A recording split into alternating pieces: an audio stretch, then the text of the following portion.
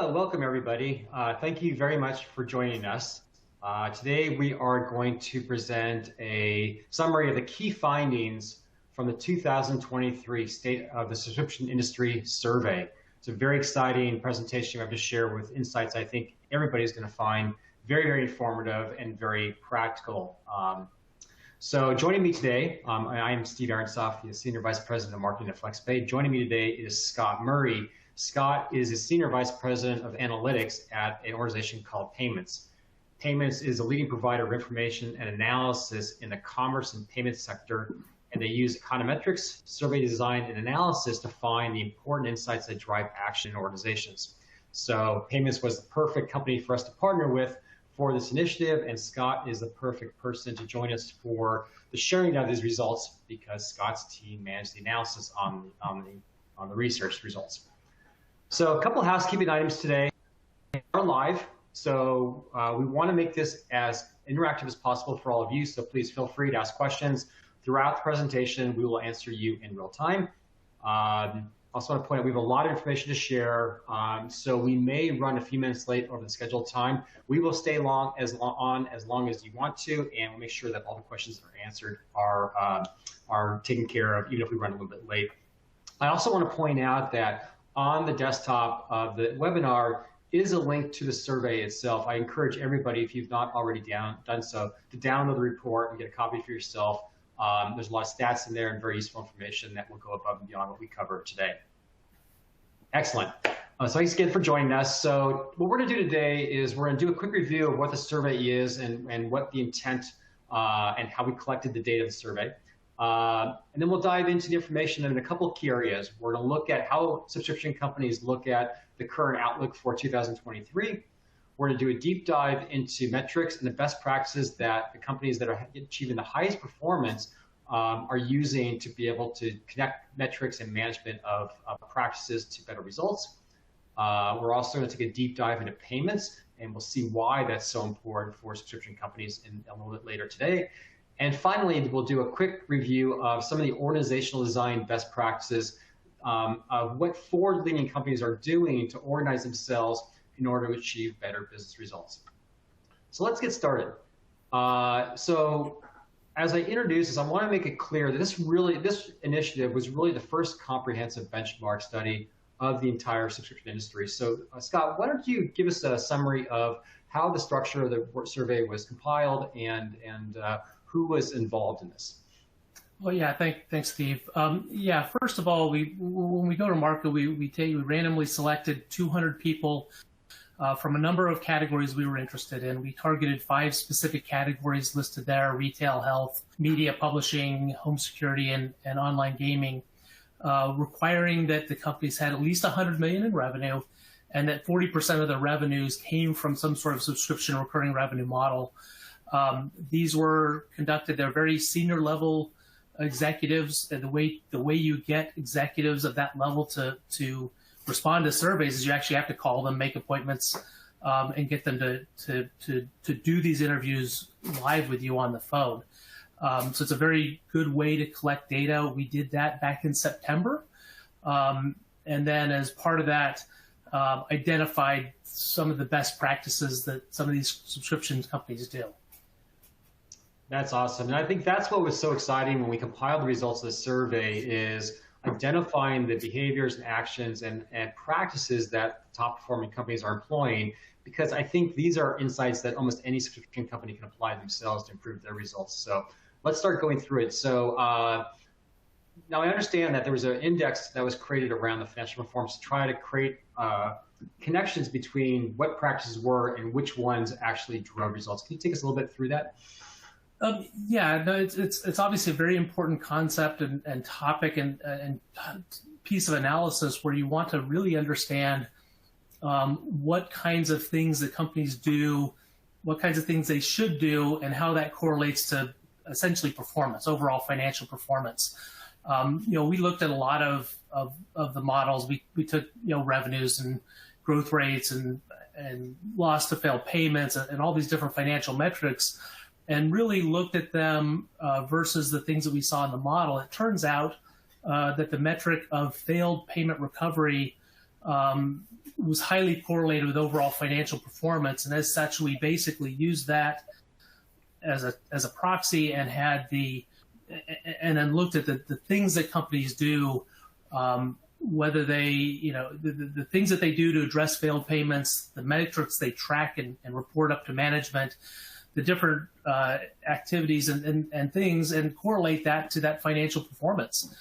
At the end of the day, that allows us to identify specifically how good individual respondents are at the various things they do and how that relates to their financial performance, thereby allowing us to identify the 30 top performers and the 30 worst performers and the people in the middle. And we can figure out, by doing that, we can figure out exactly what people really ought to be doing.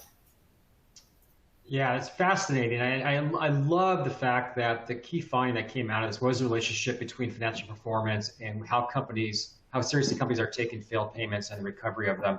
And it does make perfect sense, right? When failed payments occur and in a subscription business, because the model of the financial performance is tied to customer retention and lifetime value, and if a relationship is ended prematurely because of a failed payment, not only is that going to have short-term pain, but the lifetime value that's lost to the customer continues to cause additional pain for the company. So this does make logical sense. Yeah. Great. So let's dive into how companies feel about 2023. And obviously, the pandemic created a lot of tailwinds for subscription companies as consumers were rapidly adopting services and product delivery that was consistent and predictable. How do they feel about 2023 now, though? Well, obviously, the data was very clear, and you're presenting it here. The top reasons are all related to the economic uncertainty we have. There's a great fear among a lot of people, and not everyone, but there's a lot of fear about economic downturns in general, attracting new customers, and then the cost increases, inflation were the top three reasons cited by a lot of people, and in particular, over half, 60% or so respondents cited one of those three reasons as the most important factor. So when you see these kinds of results, you can obviously tell that there's a lot of concern about the economy as a whole right now. Yeah, we've heard this a lot from our customers as well, that customer acquisition has slowed, acquisition costs have gone up, churn has increased as consumers are having to make hard choices around how to balance their household budgets in the face of inflation, and some of the unfortunate outcomes for companies has been a termination of the relationship. So this is very consistent with what we're seeing in the marketplace as well. Yeah, it makes sense. Consumers feel that as well. Yeah. So we're not going to dive deeply into that, but we already spent a lot of time around metrics because this was so important around how companies manage data, how they measure it, and what they do with it internally. And it looks like there are a lot of metrics that are tracked, but it probably makes sense to dive into which ones are used wisely. Well, obviously the customer churn retention rates, very easy things to track, but still a lot of firms don't do them. They're the things that are most commonly done. I think what was most interesting when we looked at this, however, was when you look to the bottom of the list, when you look at things like failed payment and customer lifetime value and some of these economic drivers of those metrics, that's really where the best performer, the top performing companies really stood out. Is there, I don't know, willingness, effort, the things that they do to go ahead and track those kinds of metrics. And, yeah, I think those are a little more advanced analytics, in a sense. But just dramatic differences in the concentration of top performers around some of these key metrics. And clearly what that means is that they're taking it seriously and they're managing their operations around key drivers of revenue and profitability and customer retention. And we're seeing the results of that. Yeah, and I think what also is interesting here, when you look at something like customer churn and a third of the companies say they report it, they're really talking about reporting things to management. Yeah. Obviously, someone knows what customer churn is. Someone in the firm knows what that number is.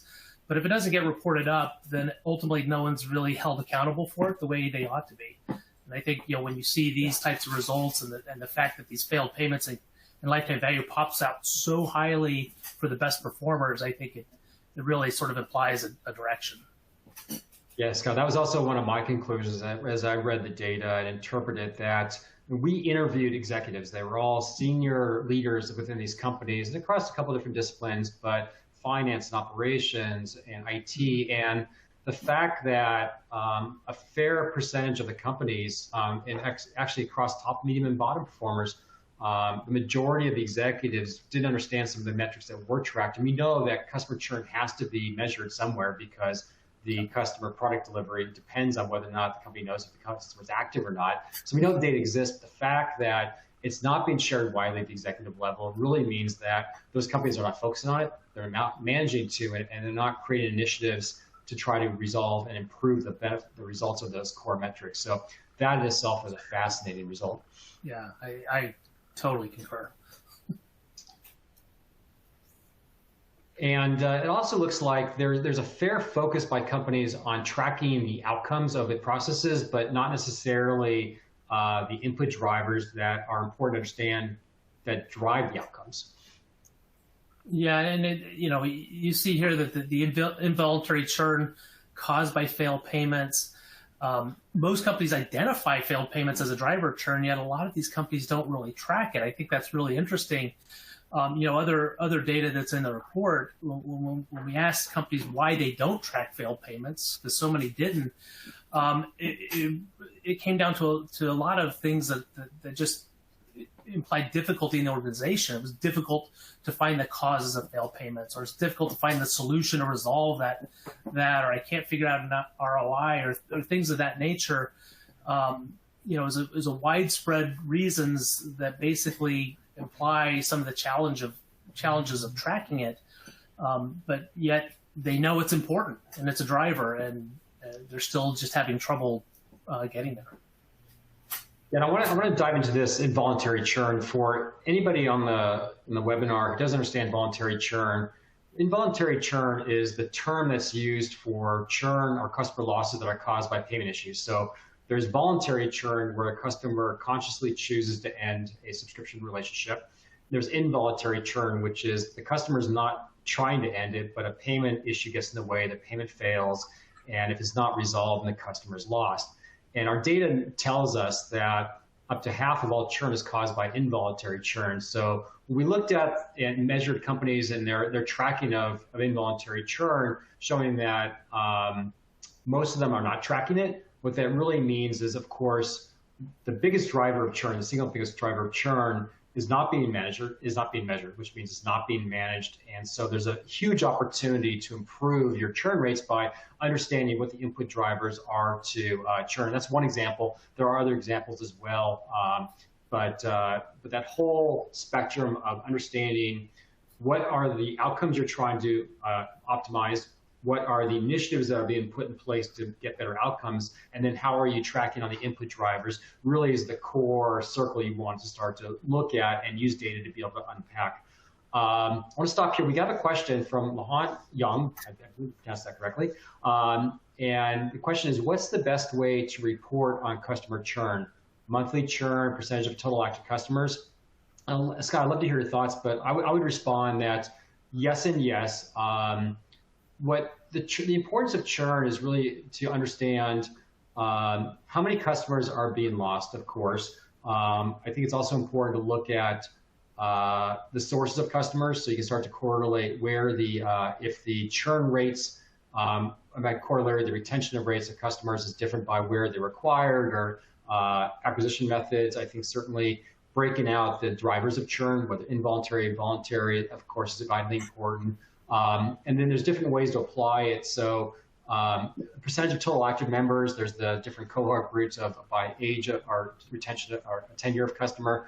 But certainly the different ways that work best for your company, there's a spectrum of that. There's probably not just one single churn metric. And it's so important to your business to measure that you really want to connect the dots between the efforts you're trying to use to manage churn and then the outcomes.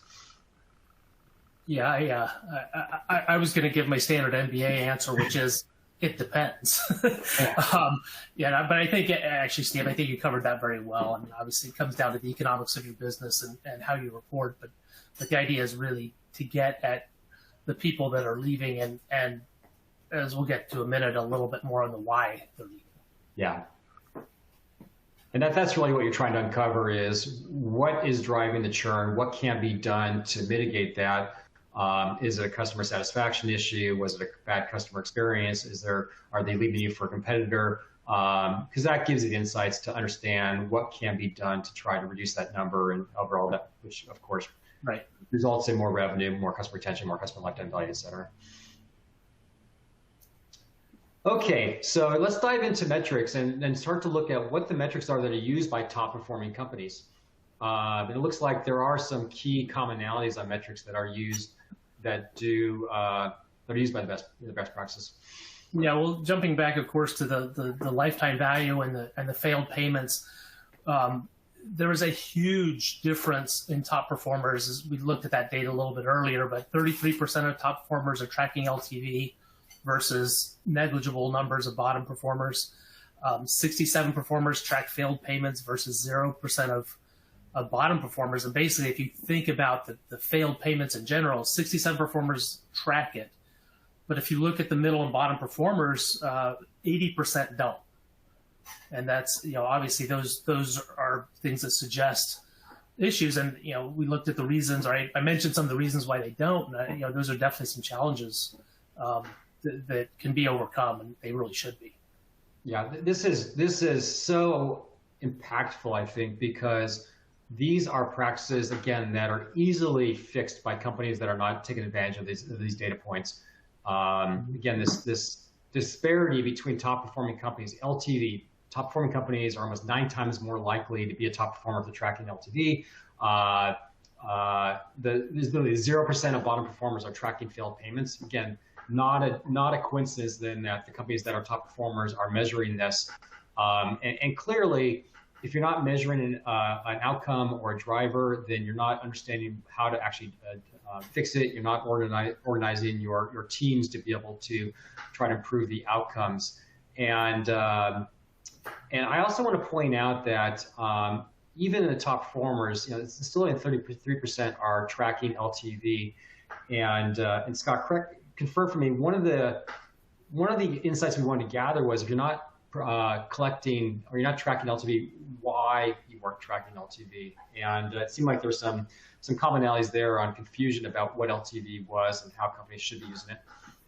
Yeah, I briefly touched on that earlier, but and it's definitely part of the report. But yeah, the difficulties of finding the causes, difficult to find the best solutions, some of those types of factors, and when you hear I can't understand the ROI of measuring it, because clearly it's such an important driver. It's something that really should be addressed. Yeah, we actually got a couple questions. One was specifically about LTV from Dana, and Dana asked, "Can you expand more on LTV?" Let's pause for a minute and talk about LTV. LTV is probably the most important metric for subscription companies or any company with a recurring billing model to measure and work to optimize, because it's going to be the most direct connection between your customers and the value they deliver to you. It's directly tied to the retention of the customer. So we've actually placed here a equation that we recommend. As we've laid out here, one of the bits of feedback we collected from the survey was that one of the reasons that companies are not tracking LTV or lifetime value is that they don't understand the metric, they don't understand the equation to be able to calculate it. And so we've put out is our recommendation for what to track. And it's a pretty simple equation, and it's based on the idea that you have a customer who continues to bill, you have a number of billing cycles they're active, and the revenue is coming in from their billing cycles. And so you multiply the billing cycles times the order value, the value of each payment, minus the cost of goods sold. And of course, the cost of goods sold is very different for a company that's delivering a hard good versus delivering a service like SaaS software, where it's, the margin is either high or low based on that. And then also we recommend removing the acquisition costs. And the reason we look at this, we call fully loaded LTV equation that includes not only the ongoing revenue less cost, but also the removal of the acquisition, because that really allows you to understand when you look at different customer acquisition sources and different programs that drive customer acquisition, the ones that cost less should result in a higher LTV if the retention of the customer is similar. This is also a really useful metric to look at when you apply efforts against any initiative that is aiming to extend the duration of a customer, because if you can keep a customer longer, your profitability will be higher. It falls directly to the bottom line for a company. And for subscription companies, the average that we see for acquisition costs is usually between 3, 4, 5, 6 billing cycles. So the acquisition cost is a very significant cost. So if you can extend the life cycle of a customer and not have to reinvest in acquiring new customers, the profitability of revenue from extended customer retention is actually higher. So this gives you the tools to be able to start managing and really understanding the results of your initiatives and the connections between higher levels of customer retention and higher levels of profitability for the company.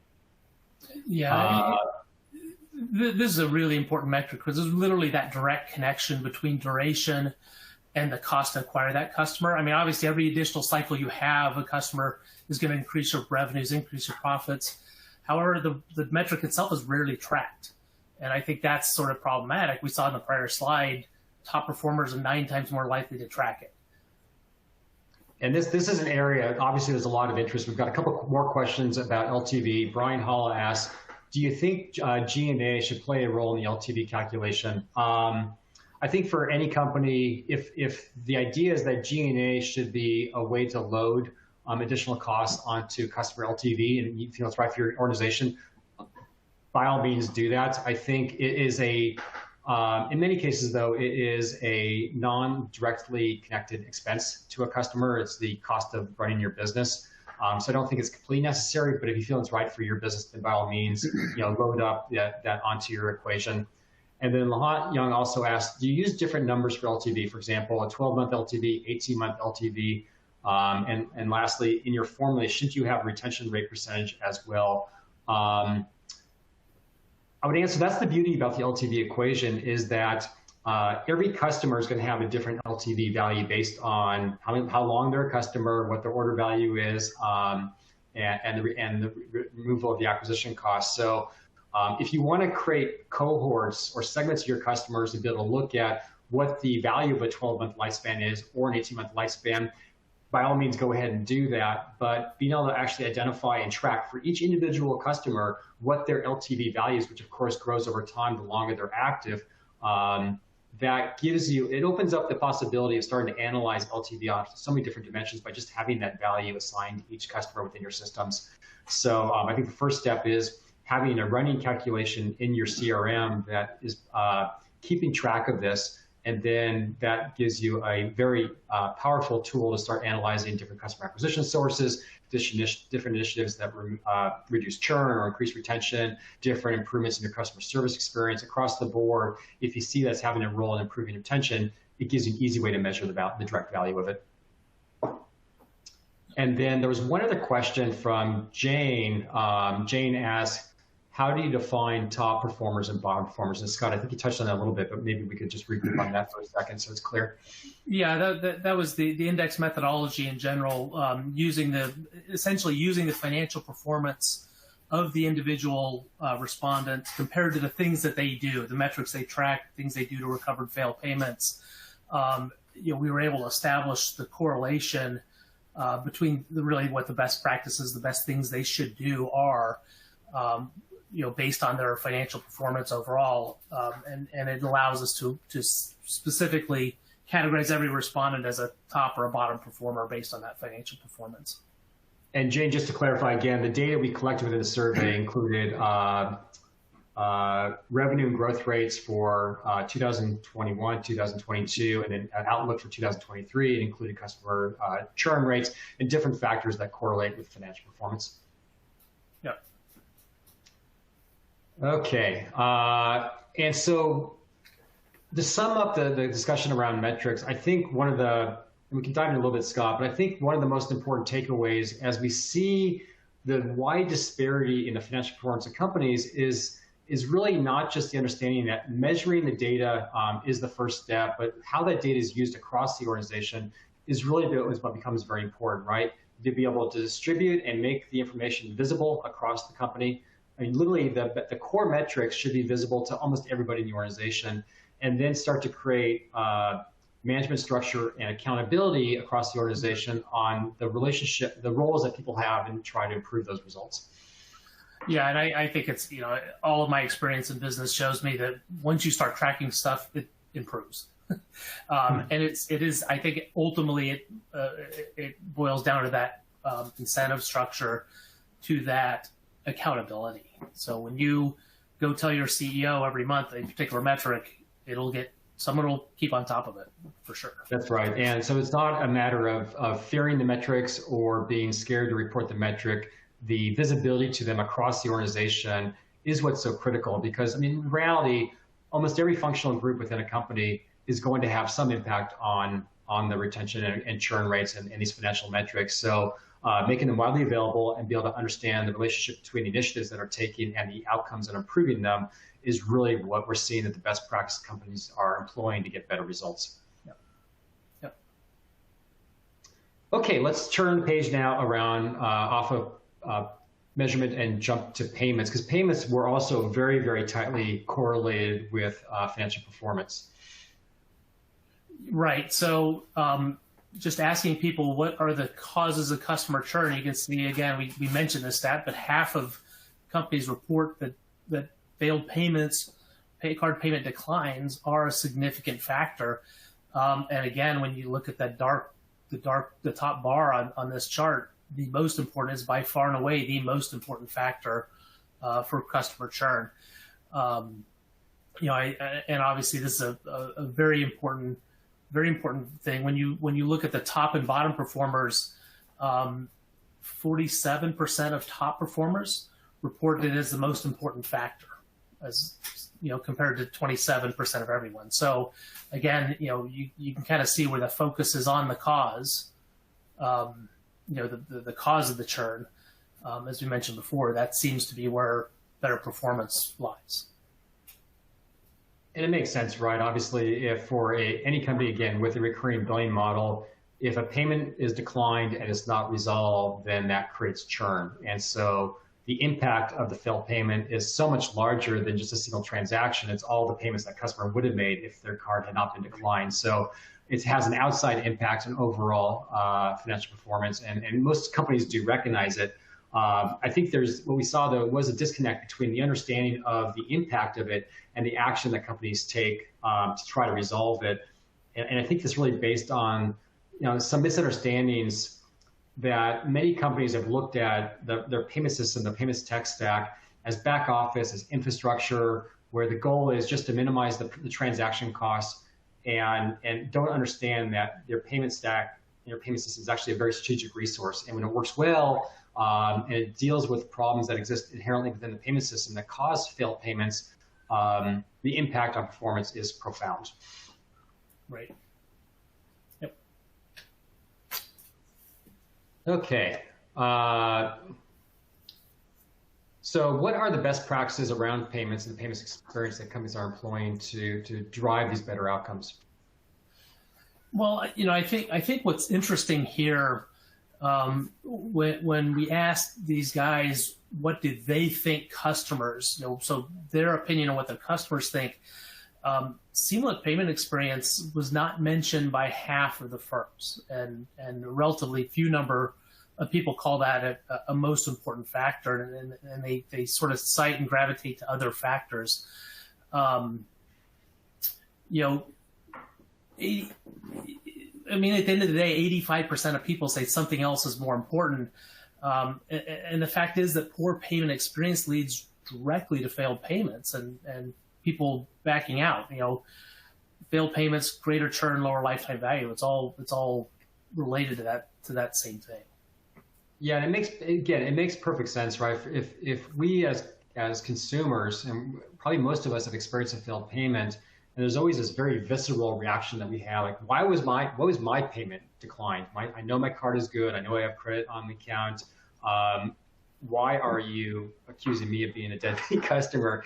And so there can often be a very emotional reaction. And so often you are creating an opportunity for customers to cancel that would not have existed previously. So really treating this seriously, understanding that's a core part of the overall customer experience and their interactions with your brand is really, really important. Yeah, and we do a lot of studies on payments. Obviously, it's one of the main things we study clearly. But you know, every time we do studies with consumers, it's always about making payments easy and simple and convenient. It's such a driver of consumer behavior. It just can't be ignored. Yeah, and I know we're running up at the top of the scheduled time, but there's still some more information to get through. I appreciate the interactive comments and questions that were given. We'll keep going, and hopefully you can stay with us. Because we start to get some really meaty data now, and this idea that the companies that take failed payments seriously have dramatically lower costs from the problem than other companies is pretty stunning. I mean, this is such a huge disparity on the cost to companies. Yeah, it's interesting. I mean, companies know how much revenue they're losing to these failed payments. On average, it's almost 10%. And again, it's a very simple analysis. The top performers are losing a lot less. It's 6 versus 10. It's a significant difference. 40% lower losses. In terms of their lost revenue. That's direct to the bottom line. Yeah, 70% less lost revenue is an enormous difference. And I would actually argue, I think many companies are actually underestimating what their total revenue hit is, because if they're not factoring in the lifetime value losses of customers that are churned due to failed payments, and they're just looking at the one-time transactions, they're actually missing a much larger piece of the revenue losses, which I suspect is happening. So the disparity and the percentage losses might even be higher. So, it starts to wrap up now. What are the best practices that we saw that companies, just in summary? Yeah, I think some of the things we've already talked about, obviously, tracking lifetime value is a really important thing. Tracking failed payments, the drivers, again, top performers are far more likely to do those than other performers, as we talked about. The use of multiple tools to track failed payments, or the use of multiple tools to track and recover failed payments, is very interesting. Again, the top performers did multiple things, 3.1 different types of things on average, whether it's sending emails or third-party software, whatever. Bottom performers kind of did one, maybe a little over one, but they didn't do nearly as much. And then finally, the use of third-party recovery software was highly correlated. Top performers 12 times more likely to be using that type of a technology to help recover their failed payments.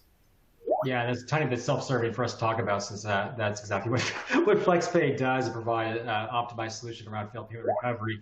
But I think, again, there's some of these disparities on results and what impact it has. Just, when you look through the business case, that the companies that take this seriously are employing the best-in-class solutions that are designed specifically to solve the problem.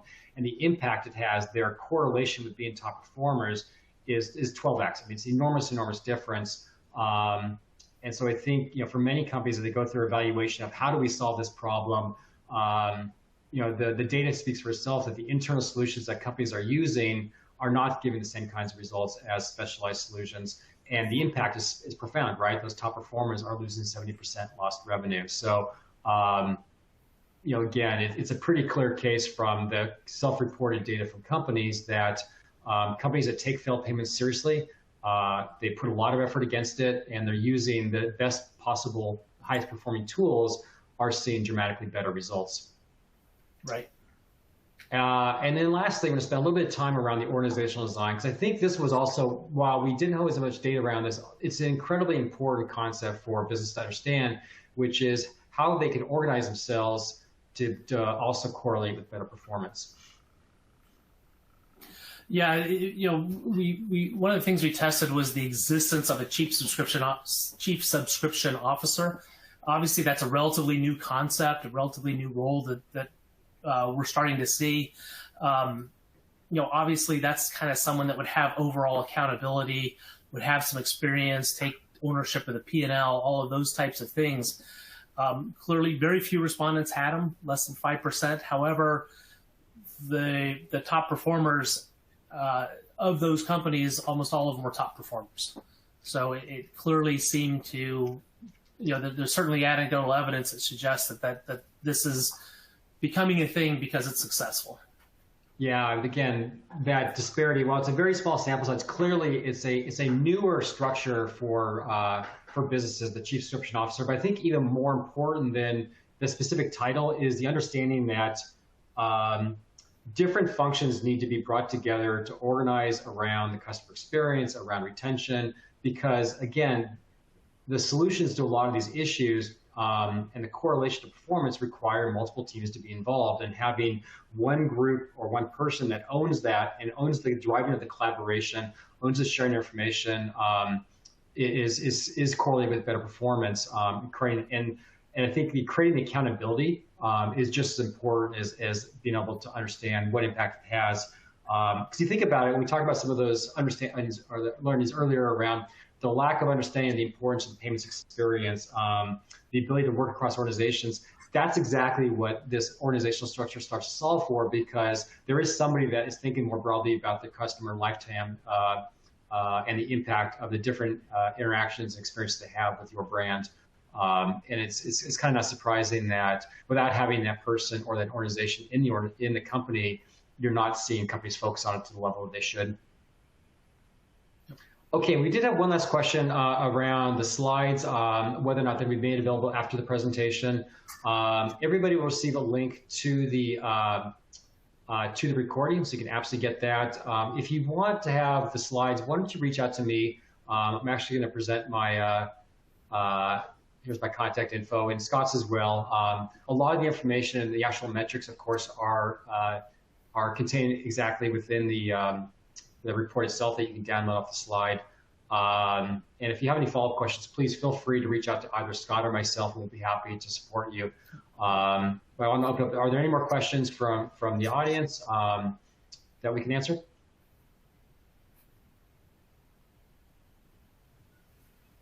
Okay, I know we ran a little bit late, and I apologize for running a little bit long, but there's such great content here, and we had a lot of questions. So Scott, thank you so much for joining us today. Such insightful information, great insights, and it's just exciting to me that a lot of the learnings that we gathered from these companies are things that literally every single subscription company can utilize and employ, start to take seriously, and start to apply that to realize the same kind of better results. Yeah, well, thank you, Steve. This is obviously a fascinating project for us as well, and working with the team has been fantastic. So very strong results, very interesting insights. So those are always things that make us, makes me smile as a researcher. Awesome. Well, thank you everybody for joining. Again, any questions, any other areas you want to dive into, Scott and I are both happy to help you. So thank you again. Bye-bye. Thanks. Bye-bye.